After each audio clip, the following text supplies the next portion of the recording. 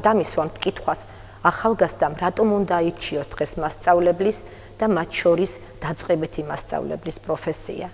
ეს ხომ საკმაოდ რთული და ჩვენ საზოგადოებაში არც თუ ისე პრესტიჟული და მაღალანაზღაურებადი პროფესიაა.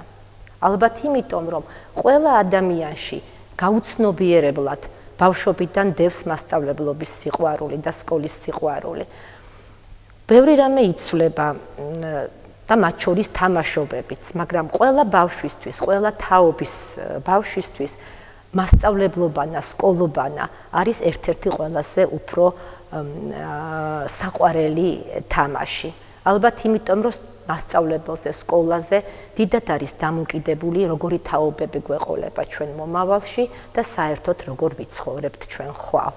ოჯახიდან და ჩვეული საბავშვო ბაღის გარემოდან მისული ბავშვი თვის ძალიან მნიშვნელოვანია, რომ ახალ ოჯახში, ანუ სკოლაში, იგი დაცულად გრძნობდეს თავს.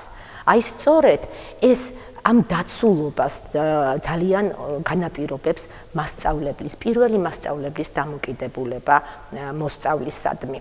ძალიან განაპირობებს ის, თუ პირველი მასწავლებელი როგორ მიიღებს მოსწავლის პიროვნებას, როგორ აიტაცებს მის ინიციატივას და სწორი გეზით განავითარებს მის ინიციატივას, როგორ იზრუნებს იმაზე, რომ მას განუვითაროს უნარები, უნარჩვევები.